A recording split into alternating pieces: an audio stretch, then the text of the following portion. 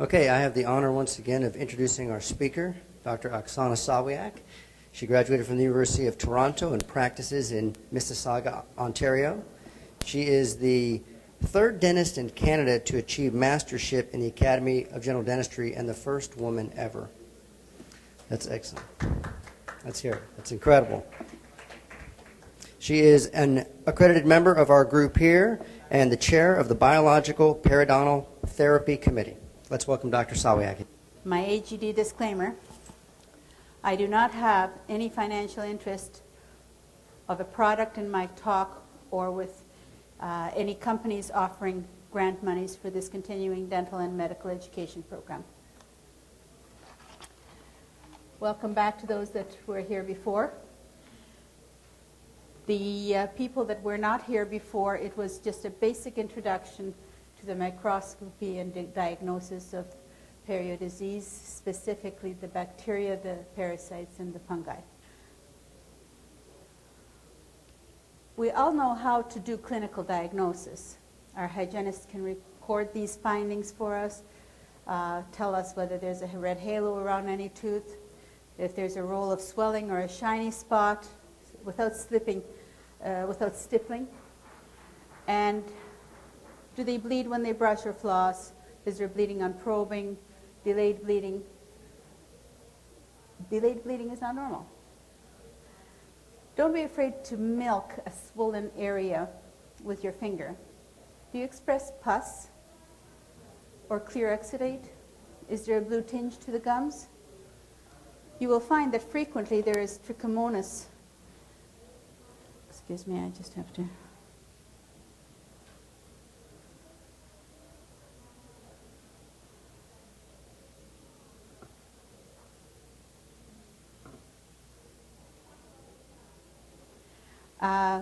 Tenax and Entamoeba gingivalis in something like trench mouth or necrotizing ulcerative gingivitis. No mobility is normal either. The only other time you might get mobility is if you're banging on a tooth that's high or out of place, but otherwise it's not normal. In scurvy, which is more prevalent in North America than we like to admit, that is an early sign, believe it or not. Where we see a large amount of calculus, does not matter whether it's supra or subgingival, I am most certain that there is or has been an infection beforehand.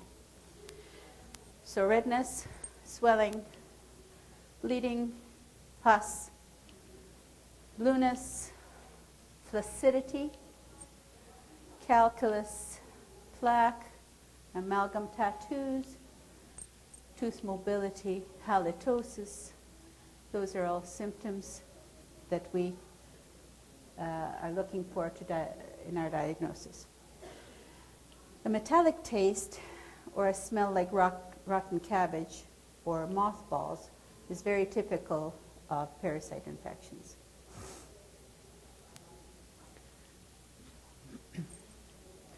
Taste quite often is metallic, salty. There's an itchiness sometimes of the gums. An interdental pressure. Many patients will tell you that they want to stick something in between their teeth because it'll feel better. That's also a symptom. And bleeding, of course, on brushing and flossing. Pain on chewing. So diagnostic records, what do? We do panoramic view, bite wings, and only full mouth survey if there's advanced bone loss, and I want to see exactly where it is. Otherwise, the panorex and bite wings are adequate. It gives us a general overview of crown-root ratio, of bone density, to some degree of morphology, and approximations of roots. Bite wings are better for bone height and for bone angles. But don't underestimate the value of photos in Perio. I have found amalgam tattoos on photos that I couldn't see when I was looking under my trusty Pelton Crane light fantastic reflection.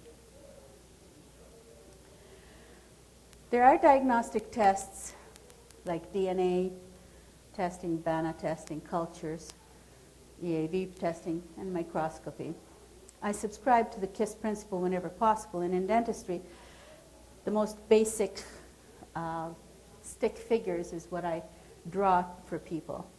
That way, you know, it looks too good, and most of us will not use it, but because it's so simple, it can't possibly work. For me, anything that has to leave my office and I have to rely on delivery people, lab techs, clerks, and significant expense, it's much more complex than preparing and reading a microscopic slide that gives me a differential diagnostic information, and the patient sees it. It takes 5 to 10 minutes, and it costs maximum $60.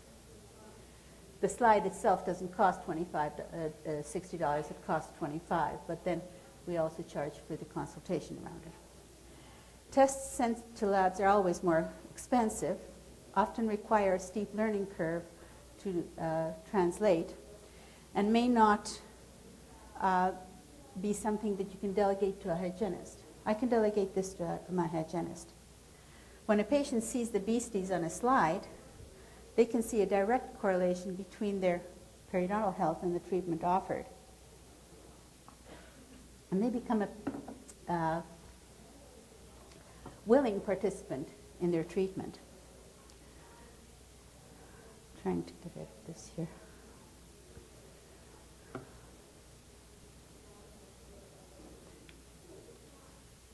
When they become a participant in their treatment, there is no issue of this costs too much. Why do I have to come back?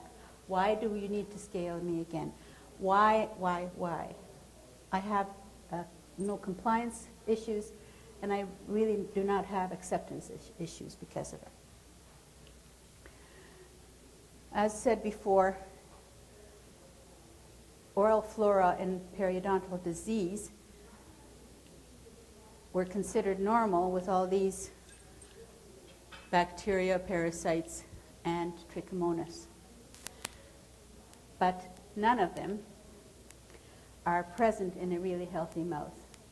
The slide of a healthy mouth has no beasties, no white blood cells, and no red blood cells. The slide is quiet, nothing moves. Even when the patient has not flossed, brushed, or used any mouthwash for 24 hours. Now, there might still be a little bit of calculus or pockets that need to be addressed, but at this point, I'm not going to cause a septicemia to the patient when I go in to scale. They don't bleed, they don't hurt. Traditional topical treatments used to be chlorhexidine, Listerine, and hydrogen peroxide. Spirochetes, bacilli, cocci, actinomyces are under the bacteria label for me, and they're easiest to treat with topical treatments. Traditionally, Peridex and PerioGuard and others were used. They would stain the teeth, and the instructions say, if swallowed, contact poison control center. Since anything in the mouth ends up in the bloodstream, is that safe for my patients? Listerine contains alcohol. Some of the worst infected mouths have been avid Listerine users. The problem with high alcohol disinfectants is that the alcohol burns the tissue. The white blood cells are called out to the area of injury. The amoeba see a feast, and they come running. So there is an injury to the tissue. Hydrogen peroxide mouthwashes have been on the market for many, many decades. I remember Amosan when I was a dental student, and it's often used, especially in cases of ANUG. But the problem with that is that if you have metals, especially amalgams in there, the peroxide just loosens everything up and volatilizes your mercury. So you don't want to use peroxide in mouths that have any metals. I developed some herbal natural topical antibacterials because many of my patients were allergic to the chemicals that were available and to the drugs.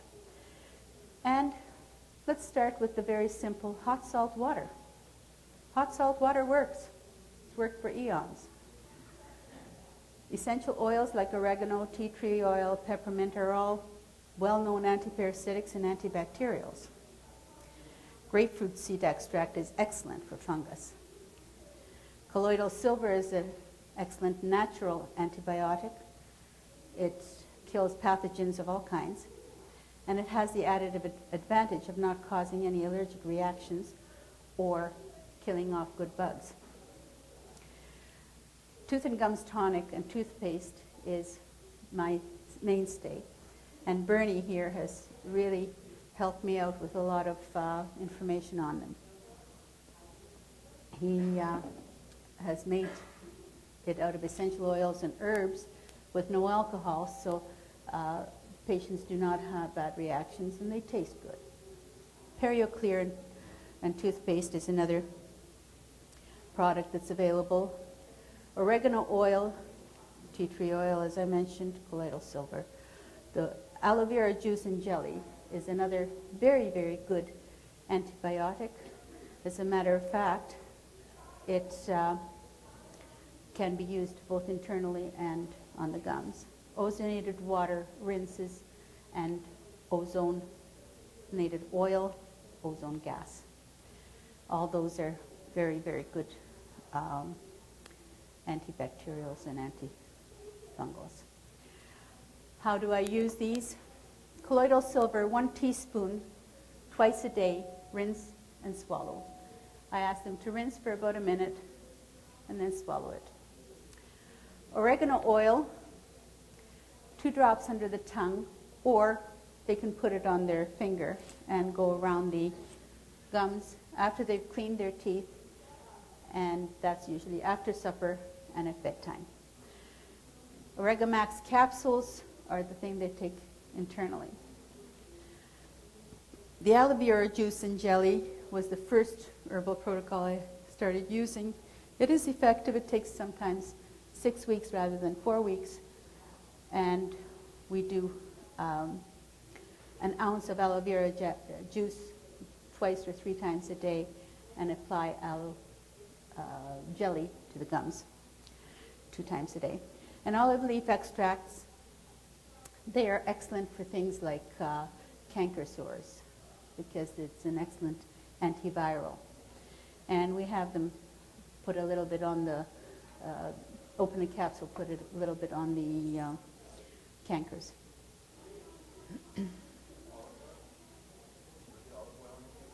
Olive leaf extract, yeah. I use 1 product by mouth generally and 2 to 3 topical modalities, and you will have success in 2 to 4 weeks. The treatment for the parasite infection category traditionally was metronidazole pills and paste. Another one is diodoquin pills and paste. And we showed these prescription in the first session. The metronidazole is 250 milligrams. We usually prescribe 30. And we start with 1 pill of metronidazole because if there is an allergic reaction or a Herxheimer's reaction, you minimize that by starting with 1 pill in the morning, then 1 pill morning and night, and then 1 3 times a day. And they continue with food because these are very hard on the stomach. And the paste has metronidazole with nystatin powder in it, and it's compounded, put into little syringes, and they put it on a sulca brush and apply very sparingly because this stuff is very bitter. And I'll tell you, compliance for these is not the greatest. The first protocol, as I mentioned to you, that I developed was the aloe vera protocol, and it is excellent as an antiparasitic. Does take a little longer. The Hulda Clarke Protocol is available to anybody from her book that's called Cure for All Diseases, Cure for All Cancers, Cure for HIV. There are 3 books. The Cure for All Diseases is probably one that I would recommend if you want to follow through on this. It is a somewhat cumbersome protocol because it does involve opening the kidneys first. So there's a kidney tea to it. Then there's a black walnut tincture. I like to have a black walnut tincture made up for me that has the wormwood and the cloves right in the tincture, because cloves have to be fresh in order to be effective, and most people don't grind their own cloves just before they ingest them. And then at the end there is a liver flush that can flush out the parasites as well.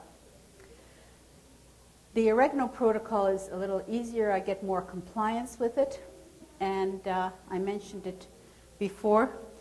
We take 3 capsules of oregano or Oregamax twice a day, and we apply the oregano oil at night, after supper and at night. There are other protocols as well. Aloe vera is actually a very potent herb, and the most potent action is from the very largest aloe vera cacti. And as I mentioned, they were found to kill the tubercle bacillus in TB. So here it is. You use an ounce of aloe vera juice, rinse and swallow 2 to 3 times a day, and apply the jelly to the gums. After flossing and brushing with the suggested toothpaste, rinsing with the prescribed mouthwash after evening meal and bedtime. So that gives you 1 thing to ingest, and 3 things actually that are topical. It's the toothpaste, which is tooth and gums, toothpaste, and the rinse agent, and the aloe jelly. So the more products you can use topically, of course, the more topical effect you will have.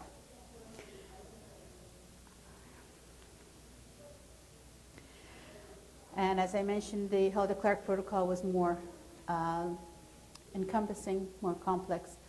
I like it because there is really good whole body effect, and it gives the patients the message that it's not just your mouth.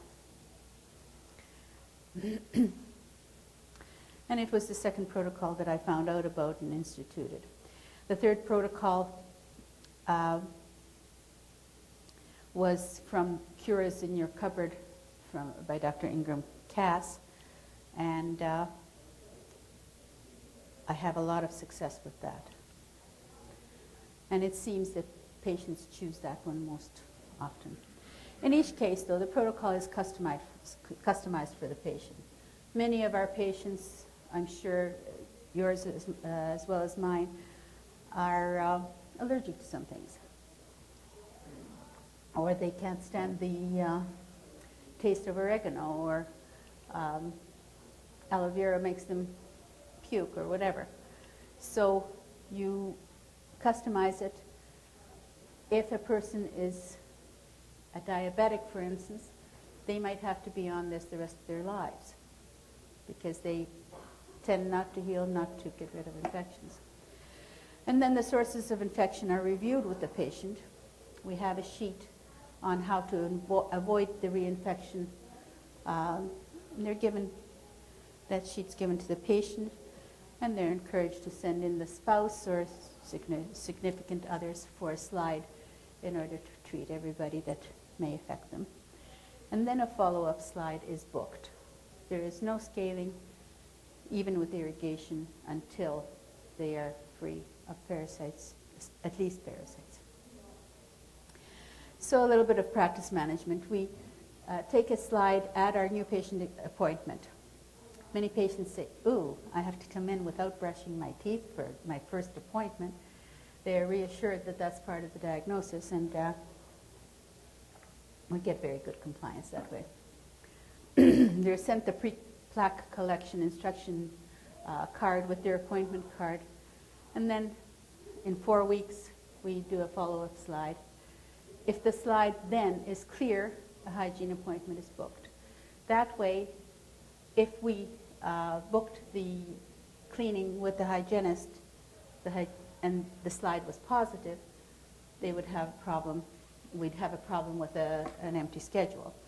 So the slide can be booked with either a treatment plan appointment or a small restorative emergency appointment or something other than a hygiene appointment. Once the perio is at a stage where there is no bleeding, which may be after the first perio appointment, restorative can be booked, and you can go in tandem with perio appointments. Many of our patients travel great distances because we are unique in what we give our patients. So you will find that they don't want to come back just for hygiene appointments or perio appointments, and this way you can combine them for them.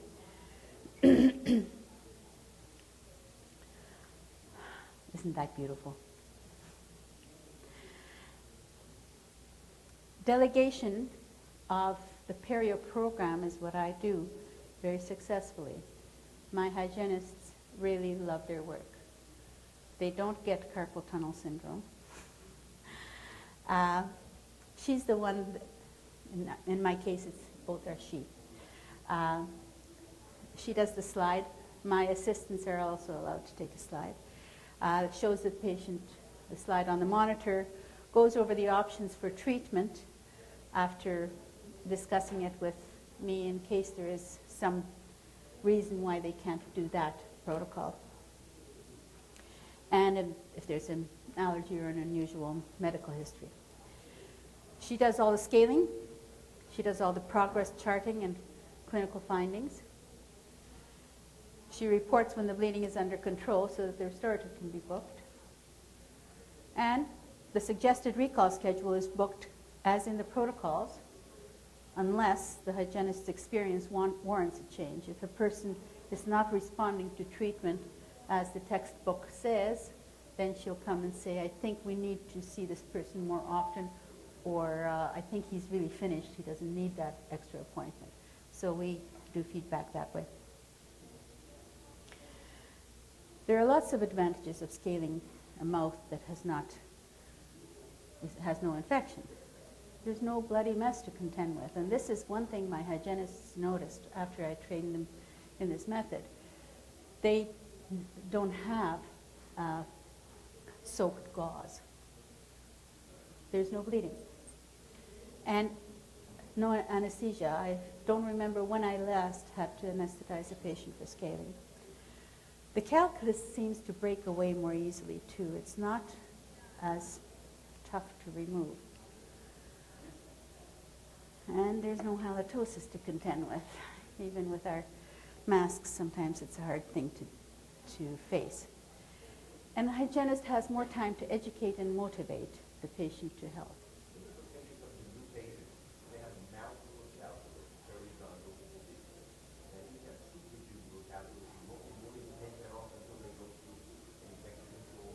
The question was, even if a person comes in with huge amounts of calculus, even supragingival, will I not take that off?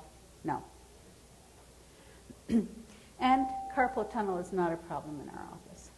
Career burnout has been minimized. There is an advantage to the hygienists. For the practice, there are also some great advantages. We treat 95% of the perio in office. We refer only the rare grafting or tissue-guided regeneration procedure to the specialist. And we keep the revenue that generates in your office. And it does generate a very significant revenue. Patients who understand what is happening don't accuse your hygienist of loosening their teeth or making their gums bleed or hurt or being rough. It doesn't happen because all they say is, boy, is she thorough. She really knows what she's doing. That's the comments I get. She's so interesting to listen to. They don't mind paying her fees. And the Perio fees can be kept reasonable so that the patients have more of their dental budget left for the amalgam removal that they came in for originally. And sometimes for cosmetic procedures too, which is what they would like. They would much rather have that than $5,000 or $6,000 worth of perio surgery. So diagnosis and treatment planning. I developed my own type 0 through 5. And type 0 is essentially a prophy appointment. That's all they need. No pockets over 3 millimeters, no plaque, or some plaque and calculus, but no inflammation, no swelling, no bleeding, and the slide is negative for any pathogens. What to charge?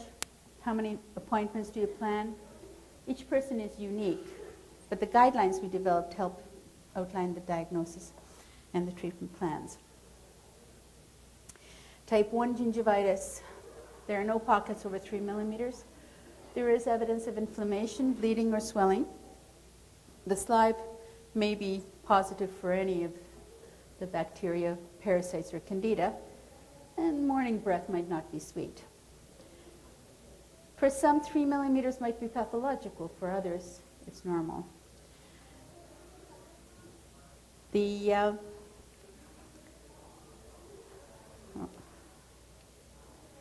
type 2, I call early periodontitis, 3 to 4 millimeters.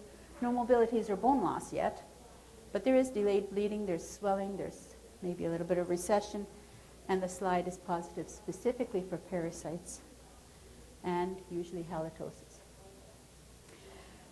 Breath smells, as I mentioned, like mothballs, sometimes like garlic. It's quite a rancid smell. And they frequently complain of that itchiness or that pressure in between their teeth. And sometimes they say it's salty, it's metallic tasting. It's not pleasant for them. Type 3, you're looking at pockets of up to 5 millimeters. Some mobilities are starting. There's spontaneous bleeding, swelling and recession, and areas of bone loss. Their breath often reeks. You can smell them across the desk, taking their medical history. And quite often they just brushed. And type 4, ENUC will be in that category. Advanced periodontitis, generalized pocketing, mobilities are significant, bleeding, swelling, bone loss, generalized, and recession. Many people lose their teeth at this point. We have had success repeatedly in saving all or most of them their teeth and having them tighten up. If I have more than 1/3 of the root in bone, I can usually tighten them up with this method. And type 5 is called what I call terminal periodontitis. And I expect tooth loss. The mobilities are over 3. Severe bone loss, less than 1/3 of the root in the bone, and pockets over 6 millimeters generalized. And I have had cases where they've said, please work with me. And I have. And in a few cases, they've been able to maintain their teeth for 2, 3, 4 years. They do tighten up a little bit. At least the gums are healthy, even if there's not much of them. And for some people, that is success. But I don't promise them a thing. I tell them, you know, I'll work with you for 2 years and then you're going to the periodontist. For all categories of treatment, the treatment is the same for the first 2 appointments. Appointment 1 is slide. That might be at the exam appointment, and if positive, I give them the suitable prescription and home care instructions. And I encourage the spouse or significant other to come in for a slide. Appointment number 2 is to confirm the eradication of the infection. If positive, you return to 1 and discuss the reinfection sheet, maybe give them a second protocol or an additional something to do with the protocol. If negative, new toothbrush and schedule the perio appointments for that type. The appointments are generally scheduled weekly. For all categories, the last appointment for the initial series is 6 weeks after the last scaling appointment to allow time for healing of pockets. Proper oral hygiene is critical. Now, we hear about everybody flossing, flossing, flossing. And I have seen many people who were intent on deep flossing below the gums actually cause problems because they are injuring the healing attachment. So I tell them not to floss below the gum until they are healed.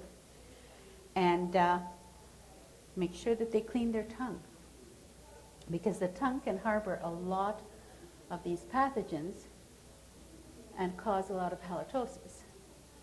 Because of all the deep villi, many of our patients are quite sick, and if you're into tongue diagnosis, you will see deep grooves and fissures in them, and these will hold a lot of junk.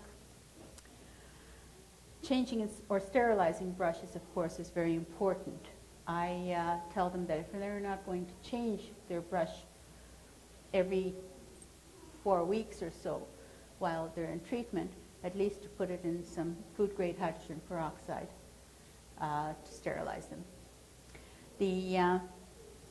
And of course, no sharing of toothpaste tubes, of toothbrushing cups, of lipsticks, of dishes, that kind of thing.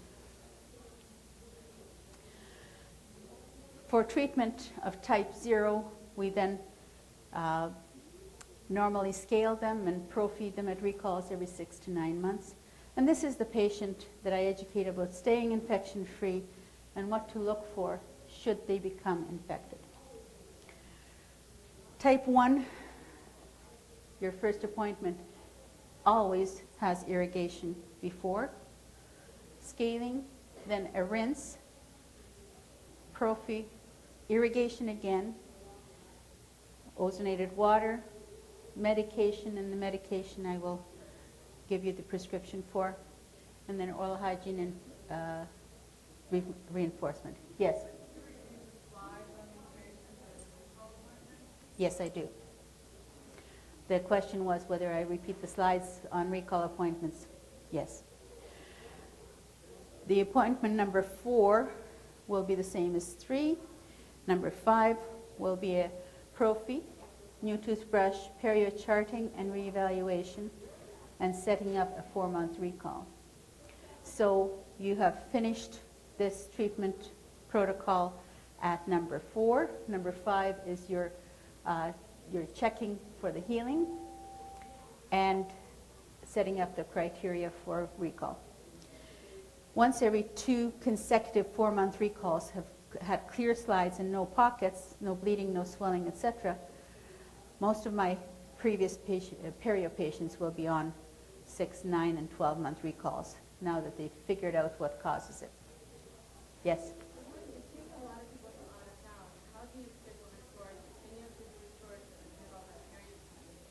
The question is, if I have a lot of people from out of town, how do I schedule a restorative with these? Once there is no bleeding, we schedule a restorative, and it will usually be before the perio appointment. The scaling will be after my appointment. Type 2, again, the appointments 1 through 4 are the same as type 1. Then appointment 5 and 6 will be as same as number 4. You can add soft laser. I add ozone therapies. I add discussion on basic nutrition. Appointment number 7, again, will be perioprobing reevaluation, rinse, prophy irrigation, medication of the sulcus, a new toothbrush, and setting up 4-month recall. And again, I admonish them to remember tongue cleaning. Type 3, you just add the number of appointments that you are doing something like scaling. Remember, no root planing, because if you take the cementum off, there is no reattachment of the gum. Root planing and curettage, which takes away the granulation tissue, prevent healing of pockets. They do not enhance it. And type 3, I will see every 3 months, sometimes even every 2 months. Type 4, you have the first 5 appointments more or less the same, and then you space further appointments a month apart. And I'll add laser. I will do 2 to 3 month perio recalls depending on the compliance and on the progress. Many of the diabetics might be in this situation. And type 5, you go as far as the patient wishes to go with the program. I do refer them to a periodontist once the person at least is infection-free and you cannot help them any further, or there are specific services that you want for them. Or if the patient says, you know, I don't want any more of this, where can I go? Then they can go to a periodontist. I usually do not have people asking me to send them to a periodontist.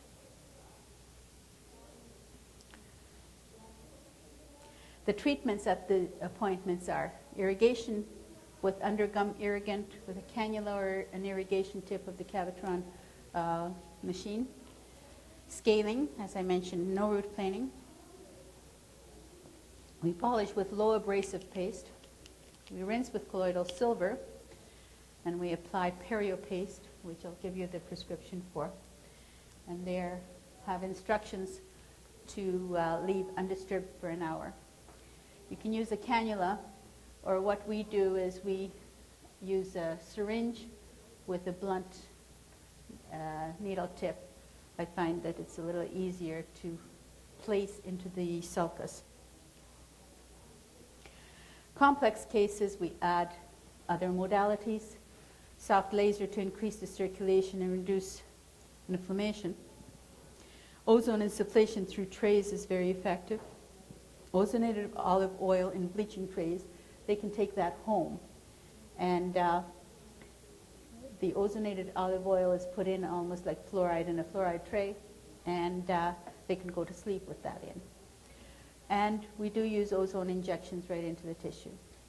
Very, very effective modality. Have fun.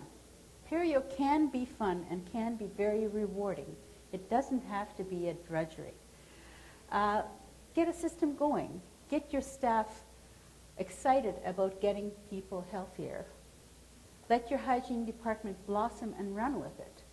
If you give your ladies the responsibility, it'll be amazing what you will find growing in your office.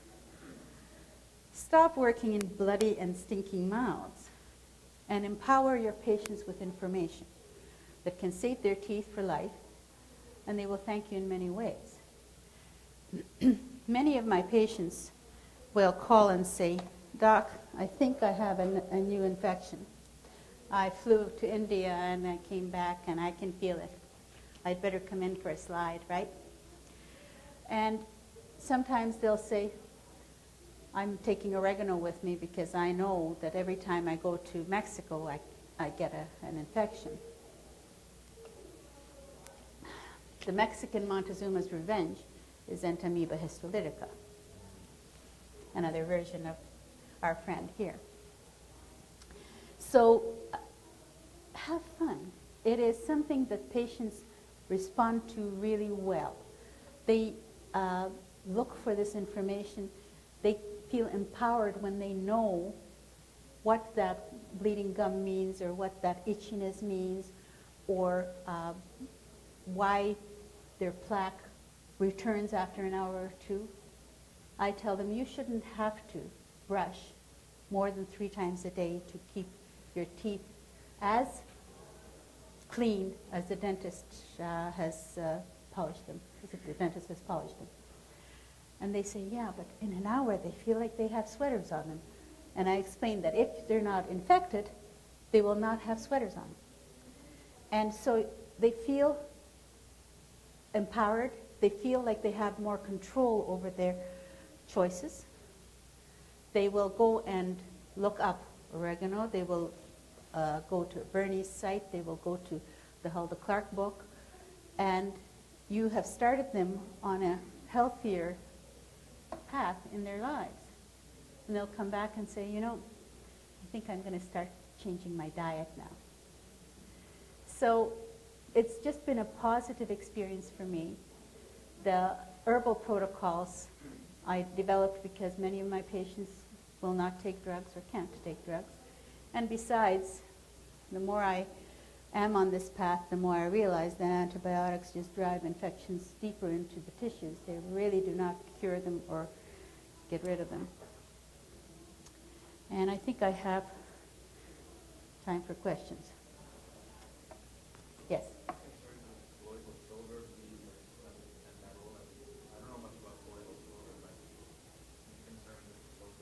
Yes, any concerns with colloidal silver being a metal? It is in the colloidal state. It is not the element. It's, help me out, Bernie. Yeah, I'd like to explain this. Yeah.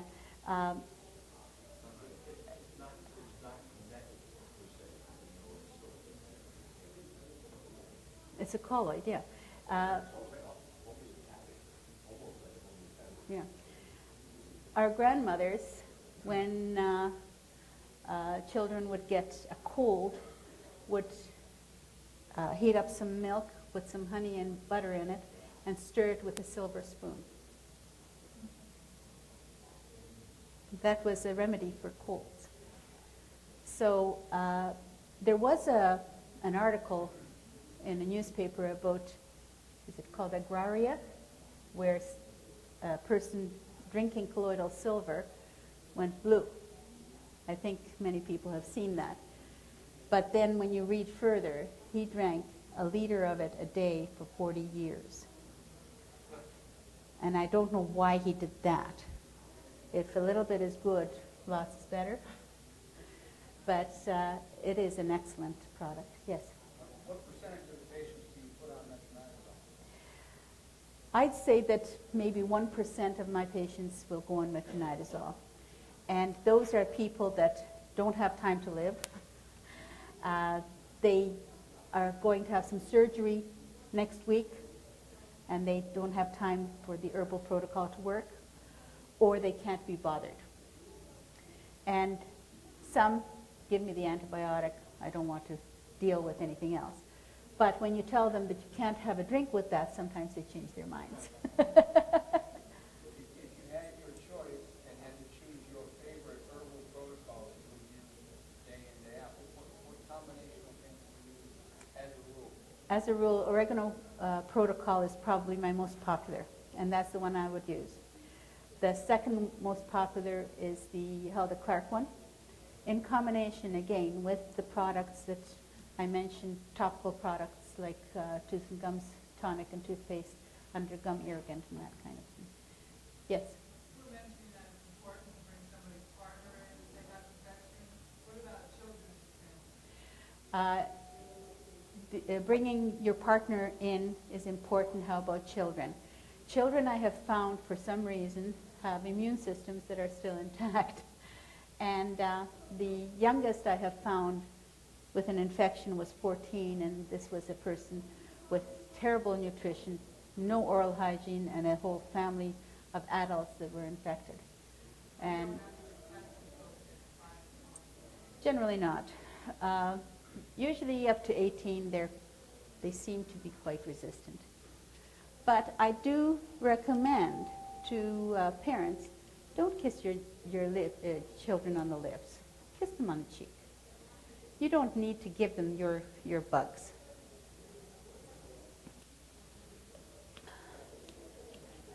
Any other questions? Can we do the little film on the bugs? These are your bugs. You can see a Trichomonas tenax It looks like a little mouse feeding.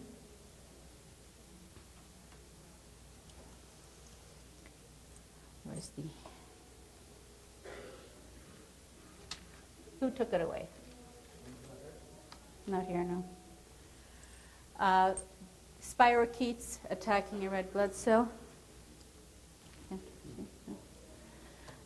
There's a big fat amoeba for you. He's ingested white blood cell.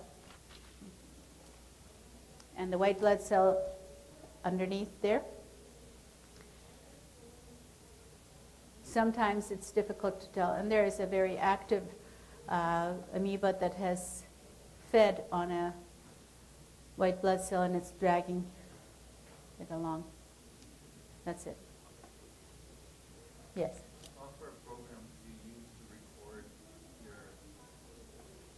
I don't use a software program. This is Dr. Kennedy's film.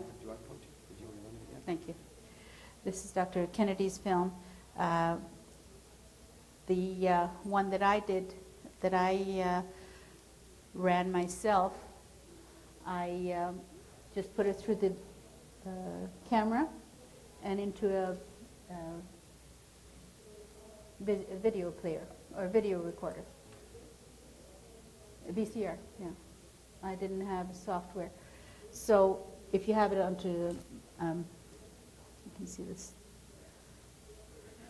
These are the parts of a white blood cell that it's ingested, and that's your white blood cell right there. These are your spinning rods, and what looks like a little corkscrew is your spirochetes and your traveling amoeba. There's a white blood cell right there. The only thing that's larger than an amoeba is an epithelial cell. And it's easy to review these things. I have done courses for people in office, and I'm glad to do that. If people are far away from me, then they can get 2 or 3 offices together, and as long as we have a microscope, I can give a course hands-on. We tried doing a course hands-on last year at the academy, but dentists are not very good perio patients. They don't have bugs. So we were not able to get good positive slides. And we need patients for that rather than dentists or dental hygienists. How much time do I have? We're done? Okay.